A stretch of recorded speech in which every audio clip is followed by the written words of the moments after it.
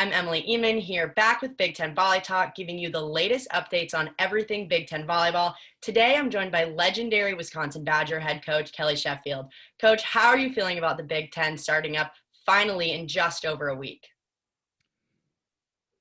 So excited. I think all of us are. It's been so long since what we've played. We've had this has been the longest off season in the history of our sport. It feels like, and so, to have a schedule, have some matches that you're looking forward to is, it's let's go. It's time to roll. Yeah, it is time to roll. You guys have one of the hardest schedules in the Big Ten. You play every Big Ten team that made the NCAA tournament last season. How important is it for your team and teams in general this spring to have that high level of competition, especially, with the absence of non-conference matches?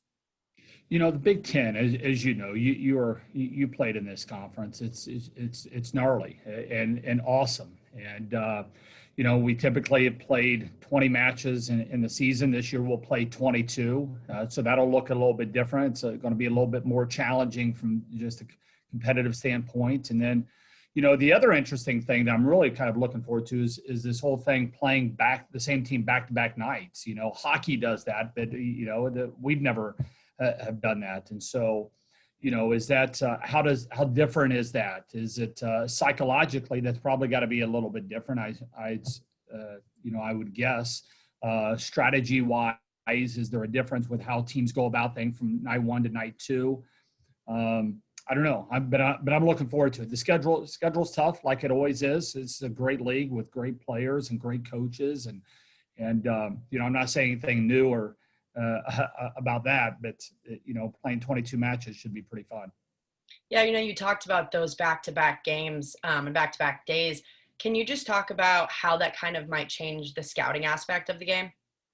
Yeah, I'm not sure. Is it? Do you go in there and just say, here, we're just going to play our game, and even if you're playing the same team, I'm not sure how much you're going to.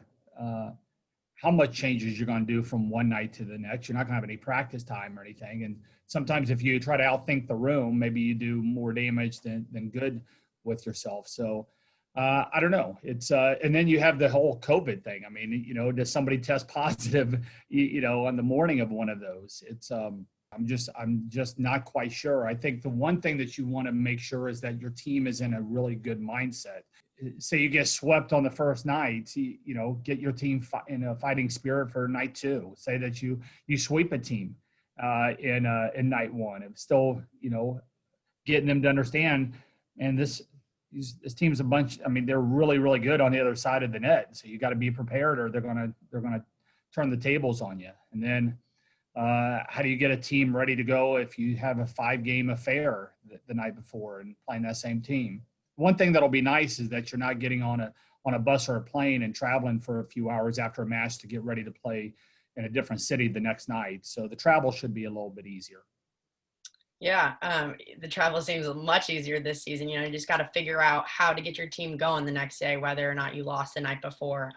But you guys, polling wise, are sitting in a great position. You're ranked number 1 in the AVCA preseason poll. Do you feel any pressure of having that target on your back? I'm sure you guys are used to it, but this season, coming off the success you had last year, is really high, the expectations.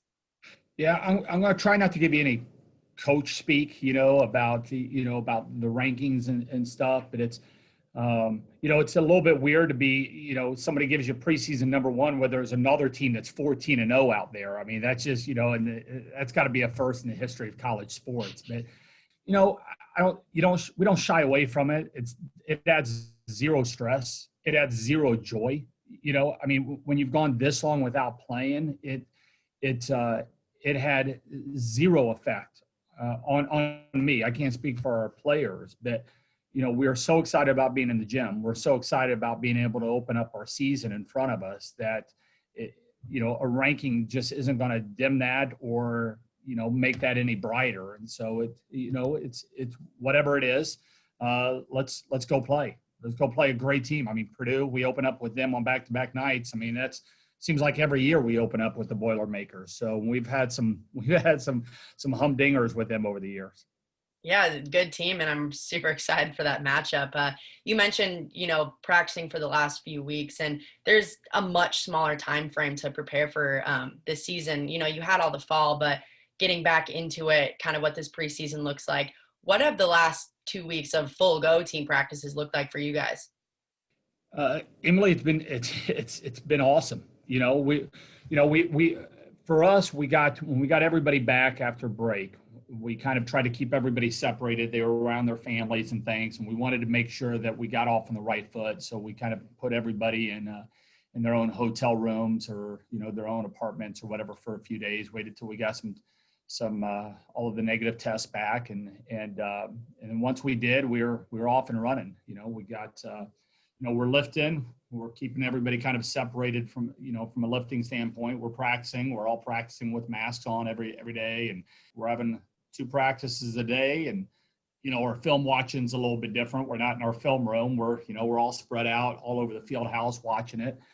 The other thing that's just kind of got interested yesterday, the Big Ten teams have to kind of deal with is that we're going to be testing 9 times a week, which is insane. 7 days a week, we're doing this antigen testing, and twice a week, we're doing PCR testing. And so it's early mornings every day. You're hoping that you're not getting too many positive tests along the way, but it adds another layer of just this, not just physically having to get up to go and do those. We have 2 days a week that we'll test twice at 2 different places on campus. It looks different. We're trying not to get too worked up around it. We're just so joyful that we've got it and have so many people that are all trying to move in the same direction to get this thing off the ground that, let's see what we can do. Yeah, you mentioned the, psychological and mental aspect of this. I feel like through the summer and, into the fall and now into the winter, something that's been a huge topic of conversation and kind of a really pinpointed problem was the mental health of student athletes during this really hard time, not being able to see family and close friends, going to workouts and coming straight home, not seeing anyone except, maybe your roommates and your teammates, and not to mention any other, COVID related problems that might be coming up for them or at home. What is your team doing specifically to address the mental health of your student athletes? It's a great question that you asked. It's an important question. I think the really important thing is you got to know your team. You got to know your players. You've really got to know them because 2 teams are going to go about this very differently based on the makeup. I'm very, very fortunate here that we've got 8 or 9 seniors on this team. I've got a coaching staff that we've all been together for over a decade. I think coaches are letting the players kind of lead the way a little bit on how to address that. You've got to be tuned in. You've got to have your entire staff tuned in. You've got to have your captains and your seniors tuned in to one another. But we're also trying to keep things as normal as we possibly can. I think that's, athletes, you go in the gym, you want to compete. So you've got to find ways to compete.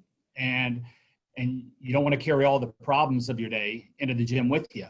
That's, as you want to get away from that. And so, how do we try to make this normal? How do we try to bring a team together and get them to compete and feel good? They've got an idiot for a head coach that has stupid jokes every once in a while The dad jokes got to get you through sometimes, though. Without being able to see their mouths, I could still see their eyes. There's still a lot of eye rolls that happen on a daily basis. So I don't know that we just do the best we can, right? Yeah. Who are those players you're looking to lead the team this year? Have you guys named captains? We do. Our captain's Sydney Hilly. She'll be, 3rd-time captain. Molly Haggerty and Lauren Barnes. Great leadership from the 3 of them. But man, we've got leadership coming from so many different people. I mean, that's the thing is that, when you've got as many seniors as we have, Dana Redke, Danielle Hart, both of them I consider really strong leaders. So is Nicole Shanahan. We've got some newer players that are coming in, Deanna Kraft, she's new on our program, but does a really, really good job. Grace Loberg does a really, really good job and is a growing leader for us. So we've got that coming from a lot of different places, and I think experience kind of helps with that. A lot of them room with each other. And so I know they're passionate about what they do, and there's a lot of collaborating together. But leadership here is coming from probably a lot of different places, which is where you'd want it. Yeah, staying on kind of personnel, two of your three incoming players in the class of 2021 are coming in early, along with that transfer from UNC. While these players aren't actually able to compete during the spring season, does it help to just have extra bodies in the gym? Rosters across the country right now seem so limited with players opting out and all of that. So how does having those extra bodies help you guys? It's been awesome. I mean, we've got 20 players in the gym. We don't have any practice players this year, so that certainly has been helpful, and having some depth certainly helps you with that. The new kids have done a great job. I don't think coming early for everybody, and that's certainly not something that we push or even highly strongly encourage anybody. Just it's case by case, but. Anna Smarek and Lauren Jardine, both of them have graduated high school early. They've gotten here. I think both of them felt maybe this was a little bit better situation than the uncertainty of maybe what the club seasons could look like. To be able to go through a season, get a lot of training. They're in there, twice a day, every day. So it's been great. Yeah, Sydney Reed has been great. She won't be able to play this year either, but there's a lot of things that she adds to the court that we're certainly thankful that she's here. Yeah. One of the reasons the field house is so hard to play in is because of the fans, and, the band helps a lot too. Do you think that, having no fans in that building will affect any home court advantage that was there before?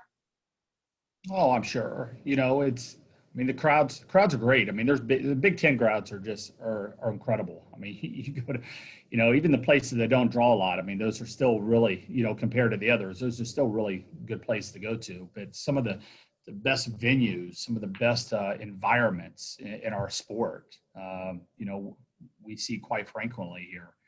I mean, there's nothing like coming in coming up the stairs from our locker room, our team room, and you're smelling the popcorn, the band's playing, and the fans are just packed. I mean, when they open up the doors 60 minutes before match time, Emily, the fans are literally sprinting to the seats because we've got some seats that are general admission, and they've been waiting there for 3, 4, 5 hours.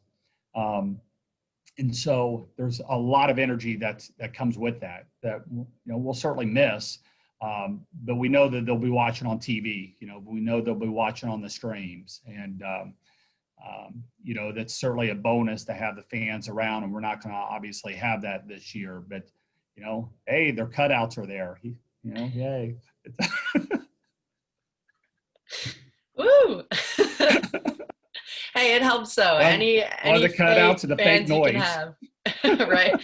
It's so funny. I went to a few Northwestern football games this year, and they congratulations, add sound. By the way. Go Cats. Go Cats. Great year.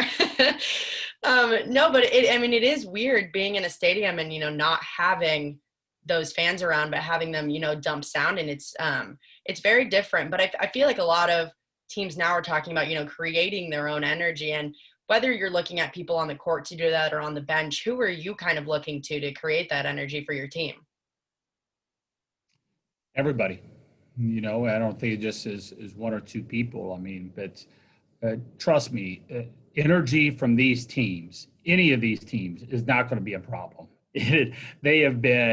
They haven't seen an opponent forever. They've been, so many of them have been, they haven't been able to go out to, whatever it is that they like to go out to on a regular basis. They're staying in their apartments and their dorms, and they're creating energy for these matches, for these players. That won't be a problem at all for any team out there, I don't think. Yeah, it seems like, just from the people that I've talked to, everyone is ready to go. I mean, it seems like, especially these first matches, it's going to be, knockdown, drag out, let's go. I don't care if it's the top team playing the bottom team. I don't think it matters at this point. It seems like everyone is ready, and it's going to be, an incredible season. So is there anything else that you think the volleyball world should know about the upcoming season or this Badger team? No, I will tell you this. It's I appreciate your coverage that you're given. I think you do a great job. I think your future is really bright. So we're excited to have you in this. But, the season so many of us are thankful just for the people that have been behind the scenes of everything that they've done to get to this. I mean, it is a lot of hard work. It is a lot, the medical people of what they're doing, the testing, and just it is insane. Our facilities people, across the country of what they're doing. It's it was tough watching those teams that were playing in the fall. Part of you is thankful that they're the guinea pigs, and some of the lessons learned that they had to go through. But it's the fact that most of us are moving forward together here in a couple weeks. It's an exciting time for our sport. It is so exciting. Yeah, like you said, watching those teams in the fall, it was, it gave us a little taste of what we might see, but now having a tangible start date and everything, it is beyond exciting. Thank you so much for joining me. And quite literally, I'm counting down the days to first serve. You guys face Purdue next Friday, January 22nd in Madison. Thank you so much, Coach, and good luck this season. Thank you. We'll talk to you soon. So will do.